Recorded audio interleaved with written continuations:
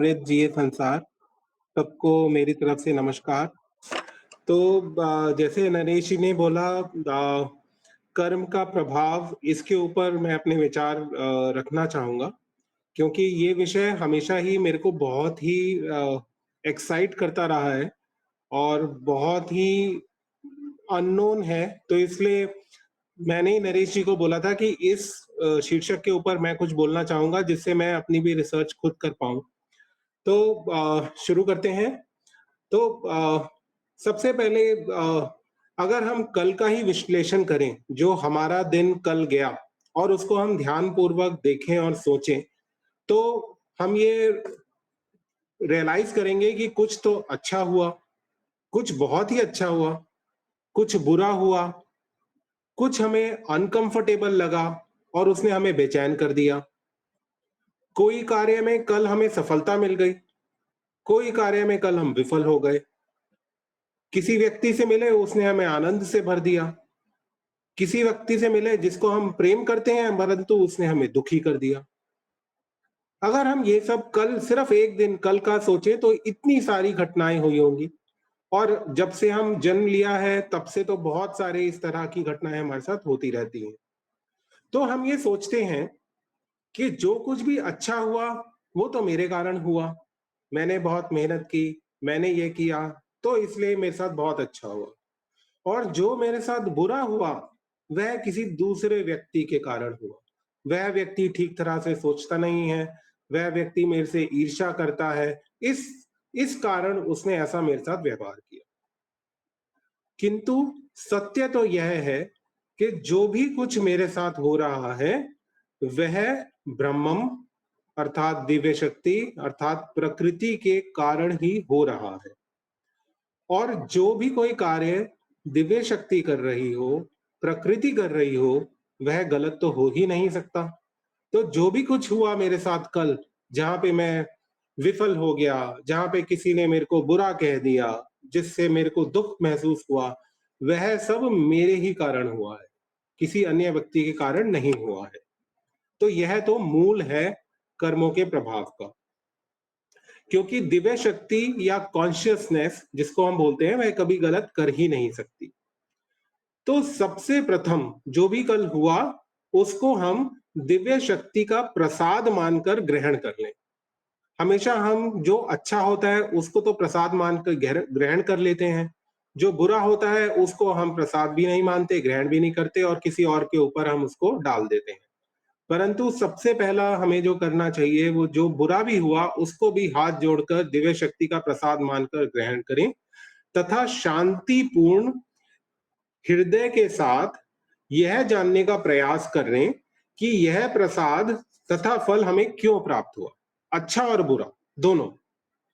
जब हम यह कोशिश करेंगे कि हमारे साथ ये जो कल हुआ ये बुरा क्यों हुआ, ये जानने की कोशिश करें, दूसरे के ऊपर ना डाल के अपने ऊपर डालें, तब हमें यह समझ में आएगा कि जो कुछ भी हो रहा है, वह कर्मों का ही प्रभाव है। और ऐसा हमें क्यों महसूस होगा? क्योंकि हम तो सिर्फ कर्म या विचार या विचारों से प्रेरित जो कर्म है, वही तो हम करते हैं, और तो हम कुछ करते नहीं हैं पूरे दिन में। तो यही मूल कारण बनेंगे जो भी कुछ हमारे साथ हो रहा है। अच्छे कर्मों का अच्छा प्रभाव हमें पता महसूस होगा और बुरे कर्मों का बुरा प्रभाव होता है। यह हम जानने लगेंगे। अब सेकंड इंटरेस्टिंग क्वेश्चन, प्रश्न ये उठता है कि अच्छे कर्म होते क्या हैं? तो अच्छे कर्म वह कर्म होते हैं जिससे स्वयं तथा किसी अन्य जीव को वर्तमान में मतलब प्रेजेंट में या भविष्य में शारीरिक या मानसिक पीड़ा ना हो, वह अच्छा कर्म होता है। और बाकी सारे कर्म बुरे कर्म होते हैं। यह जानने के पश्चात हमें दूसरों को अपनी कठिनाइयों के लिए ब्लेम करना छोड़ देंगे हम, तथा आत्मचिंतन और इंट्रोस्पेक्शन करने लगेंगे। और जब हम ये इंट्रोस्पेक्शन और आत्मचिंतन करने की कोशिश करेंगे, तो कई बार तो हमें कर्म से उनके प्रभाव को जोड़ पाएंगे, और कई बार हम कर्मों को और जो प्रभाव हमें दिख रहे हैं उनको नहीं जोड़ पाएंगे। कई बार ऐसा प्रतीत होगा कि छोटी-सी तो त्रुटि हुई थी, परंतु बहुत बड़ी समस्या हमारे सामने उपस्थित हो गई है। और यह सब देखकर हम फिर से सोचने लगते हैं कि हम तो एकदम ठीक हैं और दिव्य शक्ति हमारे साथ न्याय नहीं कर रही है। तथा फिर से हम अन्य व्यक्तियों को कारण बनाकर उन पर अपना क्रोध निकालते हैं, उनको बुरा-भला कहने लगते हैं और एक और नए कुकर्म को जन्म दे बैठते हैं। और यह जो हमने उनके साथ क्रोध किया, बुरा-भला किया, उनको हानि पहुँचाने की फिर कोशिश करेंगे या चिंतन मात्र भी करेंगे, तो भविष्य में फिर वह किसी न किसी बीमारी के रूप में, दर्द के रूप में, असफलता के रूप में फिर हमारे सामने प्रकट हो जाता है।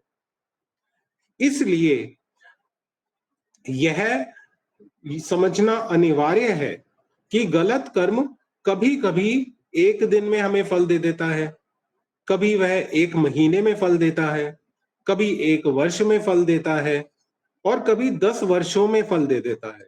और कभी-कभी तो हमारे पूरे जीवन काल में उसका फल हमें प्राप्त नहीं होता और आने वाली पीढ़ियाँ उसको संचित और प्रारब्ध कर्म के रूप में फल को ग्रहण करते हैं। तो हमारे पूर्वजों के कर्मों का भी प्रभाव हमारे जीवन में कई बार प्रकट हो जाता है, क्योंकि हमारा जेनेटिक सेंटर सब कर्मों का हिसाब रखता है और इस जीवन में जो हमारा जेनेटिक सेंटर है वो 99.9% तो हमारे पूर्वजों से हमने प्राप्त किया है। तो सही समय पर प्रभावों को अपने जीवन के अंदर जो कॉन्शियसनेस है वो प्रकट करती रहती है।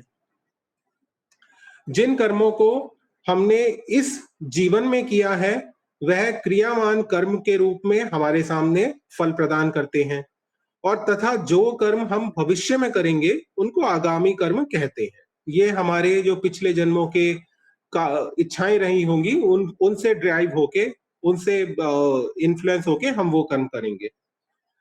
अब ये तो हमने समझा कि जो भी हमारे साथ हो रहा है, वह कर्म के कारण हो रहा है, क्योंकि हम तो सिर्फ कर्म ही कर रहे हैं, हम तो सिर्फ विचार ही कर रहे हैं और तो कुछ कर नहीं रहे। तो अब यह समझना भी ज़रूरी है और इस विषय में और गहनता से अब जानना भी अनिवार्य है कि कर्म अपने प्रभावों को कैसे जन्म देते हैं। यह तो मान लिया हमने कि कर्म प्रभाव को लाते हैं, परंतु उसके पीछे की प्रक्रिया क्या है? तो अगर हम देखें तो हमें ये समझ में आएगा कि विचार और कर्म अपने स्वभाव के अनुसार माइंड वेव की फ्रीक्वेंसी या वाइब्रेशन रखते हैं। तो यदि एक हमारे अच्छा कर्म कर रहे हैं या अच्छा विचार कर रहे हैं, तो एक पर्टिकुलर फ्रीक्वेंसी होती है। अगर हम कोई बुरा कर्म कर रहे हैं, किसी के लिए बुरे विचार रख रहे हैं, तो अलग प्रकार की फ्रीक्वेंसी होती है। और यह फ्रीक्वेंसी और यह माइंड वेव जो होती है, ये हमारे जेनेटिक सेंटर में तो सारा का सारा रिकॉर्ड कीपिंग होता ही है, वहां पे हम सेव करते रहते हैं। और साथ ही साथ यह माइंड वेव जो है, वो पूरे ब्रह्मांड में फैलती है। जो भी हमारी माइंड वेव है, अपनी उस पर्टिकुलर फ्रीक्वेंसी के साथ।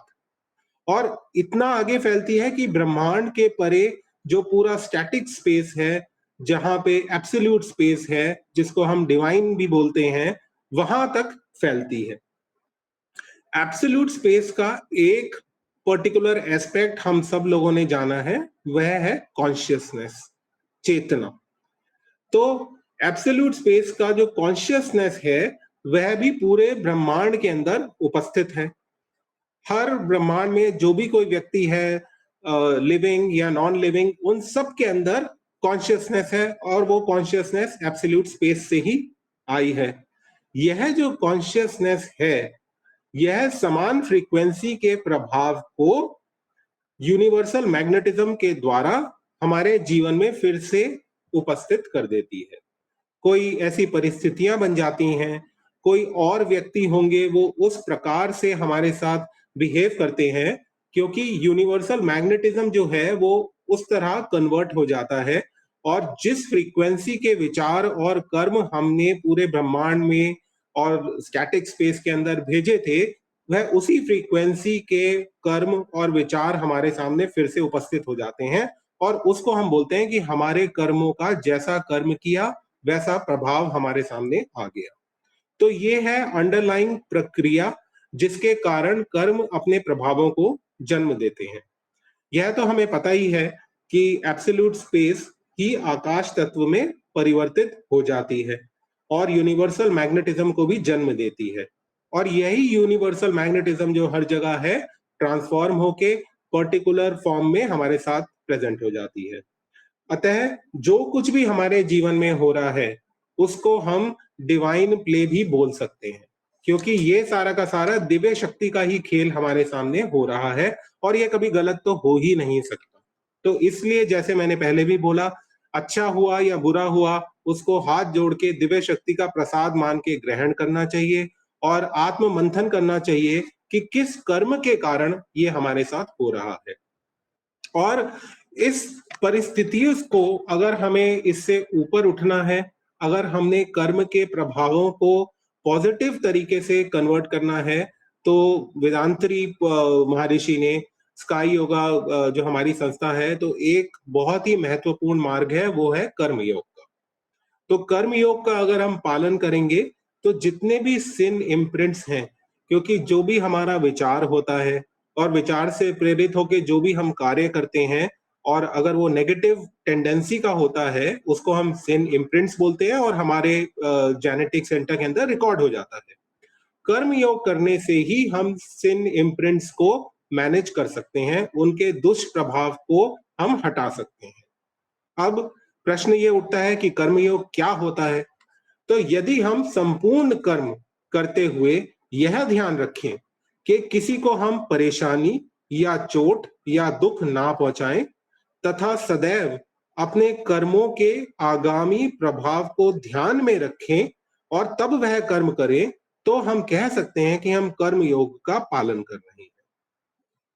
यह समझना कि जिस व्यक्ति के कारण हमें परेशानी हो रही है, वह हमारे ही कर्मों का प्रभाव है तथा उस व्यक्ति को अपने सिंफुल इम्प्रिंट्स के कारण ऐसा व्यवहार करने पे मजबूर होना पड़ रहा है, तब हम उस व्यक्ति को क्षमा भी कर देंगे और उस व्यक्ति को हम आशीर्वाद भी देंगे कि दिव्य शक्ति उसको सत्कर्मों की ओर प्रेरित करे। यह ही कर्म योग का मूल है। तो मैं सारे चीजों को, जो भी अभी मैंने सारे अपना बोला है, विचारों को प्रस्तुत किया है, उन सबको फिर समराइज करके फिर मैं सिर्फ 3 पॉइंट्स के अंदर इस आज के सेशन को, जो मेरा सेशन है, उसको रैप अप करना चाहूंगा। सबसे पहले 3 चीजों में सबसे पहले, मेरे जीवन में जो भी कुछ होता है वह मेरे कारण ही होता है, यह मान लेना। दूसरा, केवल वह कर्म ही हमें करने चाहिए जो किसी को हानि ना पहुंचाएं, उस व्यक्ति को भी हानि ना पहुंचाएं जिसने हमारे साथ बुरा किया हो। दूसरा। और तीसरा, इस प्रकार के विचार रख के स्वयं ऐसे कर्म ही करें जो सिर्फ पॉजिटिव माइंड वेव को जनरेट करें। और अगर हम पॉजिटिव माइंड वेव को, जैसे कि जिसने हमारे साथ बुरा किया उसको हम ब्लेस ही कर रहे हैं, उसको हम फॉरगिव कर रहे हैं, तो ऐसी पॉजिटिव माइंड वेव जब जनरेट होगी, तो प्रकृति के नियम के अनुसार वह उस तरह की फ्रीक्वेंसी की वेव वापस हमारे जीवन में आती हैं और जीवन को शांति, सुख, स्वास्थ्य, सफलता प्रदान करती हैं। तो ये मेरे विचार थे कर्मों के प्रभाव के। और अब हम प्रश्न उत्तर के लिए खोल सकते हैं। और आप सब भी बहुत ज्ञानी लोग हैं, तो आपने अगर कुछ इसमें ऐड करना है तो कृपया ऐड कर दीजिए।